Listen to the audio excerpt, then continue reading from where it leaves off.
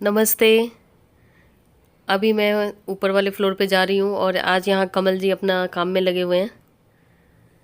तो संडे को कमल जी अपना आजकल उन्होंने ठेका ले रखा है, जो कपड़े जिसमें बेडशीट होती है और उनकी जीन्स वगैरह होती है, तो वो धोने का। और कमल जी का जो भी छत का काम था, पौधों में पानी वगैरह डालना, वो पहले ही कर चुके हैं। तो मैं और यश हम लोग छत पे आए हैं। और मुझे भी अभी छत पे ज़्यादा देर रुकने का मौका नहीं मिलेगा, क्योंकि कमल जी अगर कपड़े धो रहे हैं तो जो भी सब्जी वगैरह काटना होगा वो मुझे ही काटना होगा। तो इसलिए मुझे भी थोड़ी देर में ही नीचे जाना पड़ेगा। और हमारे यहाँ कहा जाता है कि जो महिलाएं होती हैं वो रविवार को तुलसी पत्ते नहीं तोड़ती हैं, और ये क्यों कहा जाता है ये मुझे नहीं पता इसका रीज़न। तो इसलिए मैं यश को बोल रही हूँ तोड़ने के लिए। तो यश पहले उसके लिए थोड़ा सा भाव खा रहा था, लेकिन तोड़ देता है।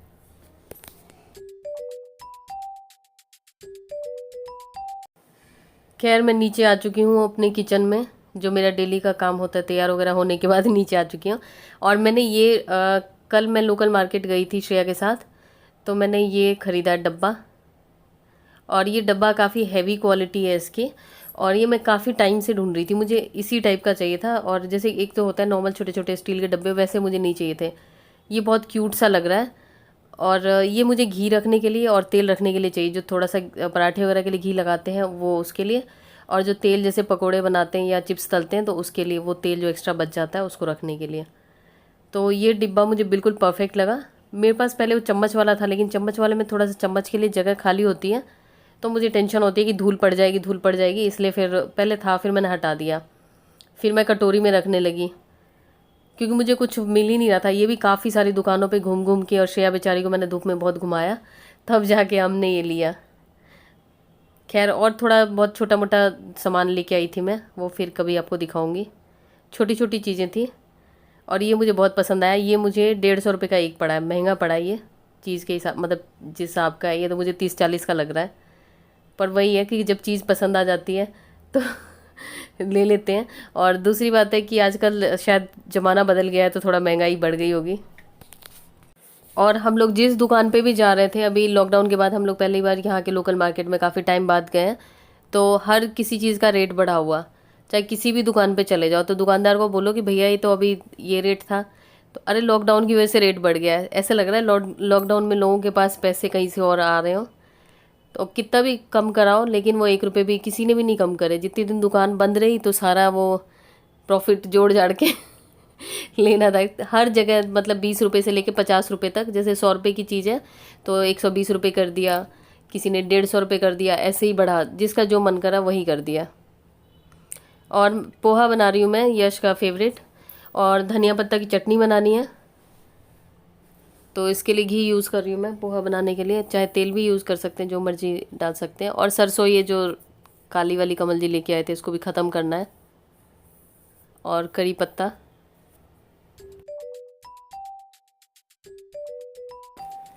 अभी कोई और सब्जी ऐसी नहीं थी जो इसमें डाल सकूं, तो इसलिए मैं टमाटर और थोड़ी सी हरी मिर्च डाल रही हूँ। और इसमें मैं मूंगफली और चीज़ें इसलिए नहीं डालती हूँ क्योंकि मूंगफली यश नहीं खाता है, क्योंकि उसके पिंपल बढ़ जाते हैं। और भी बहुत तरह की चीज़ें इसमें डलती हैं, पर मैं नहीं डालती हूँ। और सर्व करते समय थोड़ा नींबू डाल लेती हूँ। जो चीज़ें अवेलेबल होती हैं घर में उसी से बना लेती हूँ, ठीक ही बन जाता है। जो भी डालना है मसाले वसाले वो सब डाल डुल के, और ताकि टमाटर पक जाए। और कोई सब्जी, हरी सब्जी डालनी होती है तो वो भी डाल डुल के फिर उसको ढक दूँगी, क्योंकि जो पोहा होता है वो तो बहुत ही इजीली, मतलब उसको तो 5 मिनट ज़्यादा से ज़्यादा चाहिए, उससे ज़्यादा नहीं। खैर इसको थोड़ी देर के लिए ढक के छोड़ देती हूँ तब तक, और बाकी चीज़ों का इंतज़ाम करती हूँ, क्योंकि अभी बहुत कुछ करना है और सारी सब्जी वब्जी खुद ही काटनी है। और साथ के साथ ही मैं सारा खाना वाना का भी चढ़ा देती हूँ। और ये जो कढ़ाई है, जैसे किसी ने कहा था ये 3 चीज़ें एक साथ नहीं बना सकते, तीनों बर्नर यूज़ नहीं कर सकते, पर इसमें कर सकते हैं। जबकि मेरा गैस तो छोटा सा है, तो इसमें ईजिली हो जाता है। ये आप देख सकते हैं। पहले मुझे भी यही लगा कि नहीं हो सकता होगा, लेकिन कोई टेंशन नहीं है। सारे बर्तन, हाँ अगर इतने बड़े बड़े बर्तन रखेंगे तो पॉसिबल नहीं है। बीच में एटलीस्ट छोटा रख देंगे, जैसे एक कुकर है या कोई पतीला टाइप का, और दोनों साइड कढ़ाई भी रखें तो भी चलेगा। और आज मैं बना रही हूँ कद्दू की सब्ज़ी, जो कि यश को बिल्कुल भी नहीं पसंद है, तो उसके लिए केले की सब्ज़ी बनाऊँगी। ये मेरा डेली का हो जाता है, शाम का भी सुबह का भी, दोनों टाइम 2 सब्जी लगभग बन ही जाती है, क्योंकि यश का अलग वो होता है हिसाब किताब। और कमल जी का अलग। यश के लिए केले की सब्ज़ी काट ली है मैंने, और ये कद्दू की सब्ज़ी। अभी एक्चुअली कमल जी को तैयार होके आने में टाइम है, तो तब तक मैंने सोचा कि खाना पूरा बना ही लेती हूँ। और ब्रेकफास्ट बन चुका है और अभी ज़्यादा टाइम भी नहीं हो रहा, तो अभी 8:15 के करीब बज रहे होंगे। तो मैंने सोचा जो भी काम है फटाफट से निपटा लेती हूँ। तो ये 8:45-9 बजे तक सारा कुछ बन ही जाएगा, और साथ में बर्तन वर्तन धो के 9:30 तक काम सारा फिनिश हो जाएगा। खैर बर्तन वर्तन तो मैं ब्रेकफास्ट वगैरह के बाद ही धोती हूँ। तो 8:45-9 बजे तक या 9 बजे तक जब भी कमल जी का हो जाएगा सारा काम, काम तो हो चुका है उनका, लेकिन वो ऊपर पूजा वूजा करने गए हैं, तो वो आ जाते हैं तो फिर हम लोग साथ में ब्रेकफास्ट कर लेंगे। और केले की सब्ज़ी मैं कढ़ाई में इसलिए बना रही हूँ क्योंकि ये जो लोहे की कढ़ाई है, इसको अगर सही से आप सीजन करके रखते हैं तो ये नॉन स्टिक की तरह काम करता है। और ये जो हार्ड एनोडाइज्ड पैन होते हैं, ये उतने ज़्यादा नॉन स्टिक की तरह नहीं, नॉर्मल पैन की तरह बिहेव करते हैं, थोड़े से ठीक ठाक है।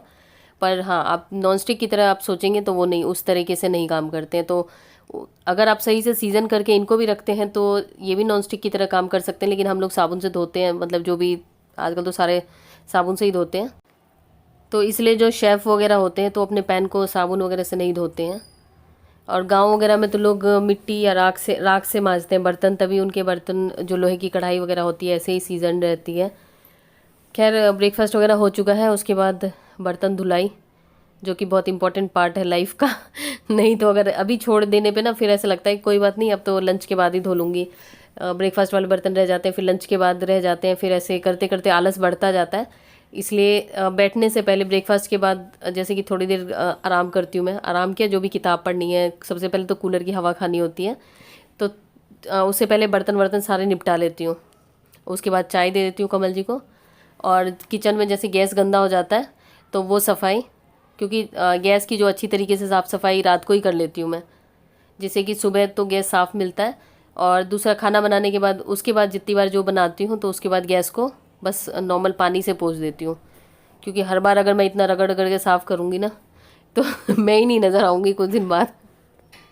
तो इसलिए एक ही बार अच्छी तरीके से रात को साफ़ करती हूँ और बाकी कपड़ा गीला करके पानी से अच्छी तरीके से पोंछ देती हूँ, बस हो गया। टाइल्स वगैरह पे जो कुकर की सीटी बजने से थोड़े बहुत छींटे आ जाते हैं सब्जी वगैरह के, तो ये सब भी हटा दिया, बस हो गए साफ़ सफाई। अब उसके बाद आज मैं करूँगी तांबे के बर्तन और पीतल के बर्तन की सफ़ाई। तो ये कुछ बर्तन है, ये तो रेगुलर हम लोग पूजा में यूज़ करते हैं, वो हैं जिसकी कमल जी सफाई करते हैं। लेकिन नींबू से नहीं साफ़ करने से ये थोड़ा सा ऐसा हो जाता है रंग इसका, और इसके लिए मैं ये अलग स्क्रब यूज़ कर रही हूँ। ये बर्तन धोने वाला डिफरेंट है, पहले ही बताती हूँ, नहीं तो फिर कमेंट आएगा बर्तन धोने वाले से ही कर रहे हो। खैर इतनी कॉमन सेंस तो सबको ही होती है। और उसके बाद ये जो कलश है, ये हम लोग कभी घर में सत्यनारायण पूजा होती है उसके लिए यूज़ करते हैं। और ये वाला जो ऊपर वाला लोटा है, ये मेरी दादी ने मेरी शादी के कुछ दिन बाद दिया था, तो ये हमने कभी यूज़ ही नहीं किया, ऐसे का ऐसा पड़ा। और दादी के पास भी वो पता नहीं कब से पड़ा होगा, तो ये मुझे ये भी नहीं याद है कि ये पीतल है कि तांबा है, तो मैं आपको साफ़ करके बताऊँगी। और इसको साफ़ करने के लिए बहुत ईजी है। जैसे ये लोटा है तो ये हम लोग डेली यूज़ करते हैं जल चढ़ाने के लिए, तो इसको कमल जी वो जो बर्तन धोने वाला लिक्विड होता है उससे साफ़ करते हैं और स्क्रब से, लेकिन उतना चमकता नहीं है। तो इसको हफ्ते 10 दिन पे मैं नीचे ला के नींबू से रगड़ के साफ़ कर देती हूँ। वैसे इसके लिए पीताम्बरी पाउडर भी आता है, मैंने सुना है और देखा भी है, लेकिन मैंने खुद यूज़ नहीं किया है, तो मैं सोच रही हूँ वो भी मंगवा लूँ ताकि उसे डेली क्लीनिंग हो सके ऐसी। क्योंकि नींबू अगर कमल जी को बोलूँगी नींबू से साफ़ करो तो वो कहेंगे कि हाँ खाना बनाना है क्या। नींबू से उन्हें लगता है कि नींबू से कभी बर्तन साफ़ थोड़ी ना होते हैं। खैर इसको मैंने नींबू लगाया है और थोड़ा बर्तन धोने वाला लिक्विड।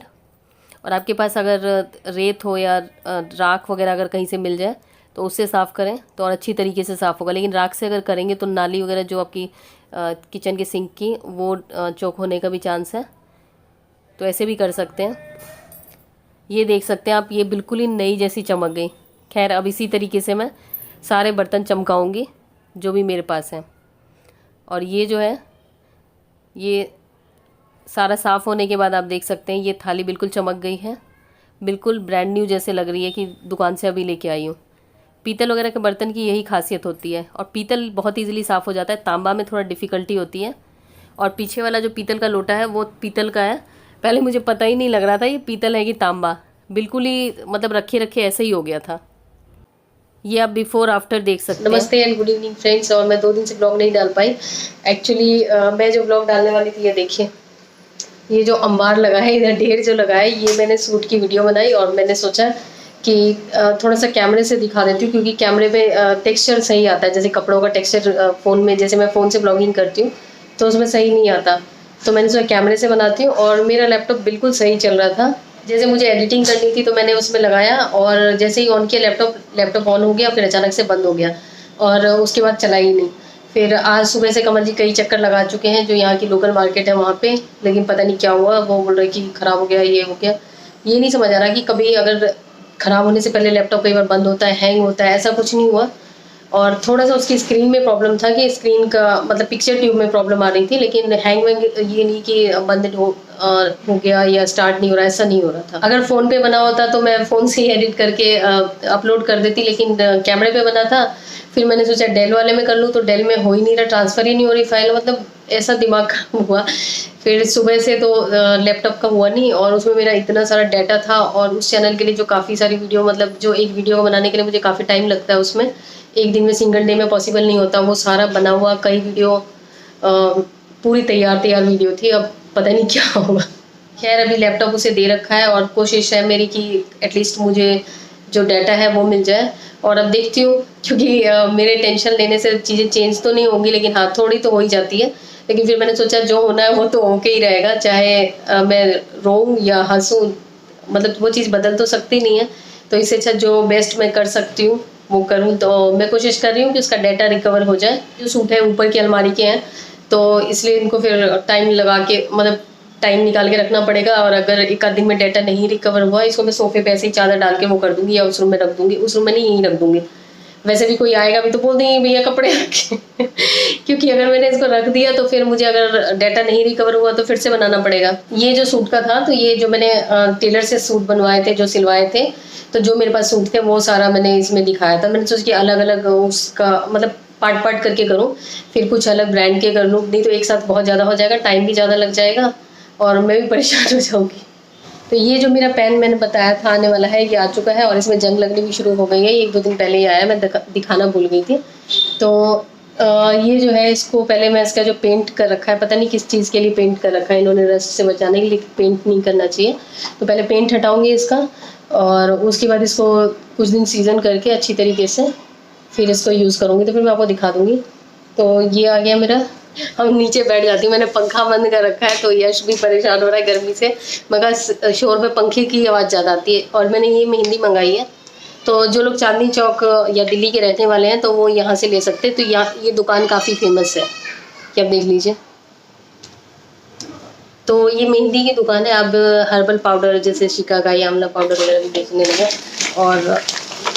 और बताती हूँ मैं आपको। और ये जो दुकान नंबर 15 करके है, ये 1938 से है ये दुकान, और ये दुकान खाड़ी बावली में है। और यहाँ से मैंने कुछ बेसिक चीज़ें मंगाई हैं, दाल वगैरह मंगाई है, और कुछ अलग अलग आटा मंगाया है मैंने। मक्की का आटा मंगाया है और रागी का आटा मंगाया है।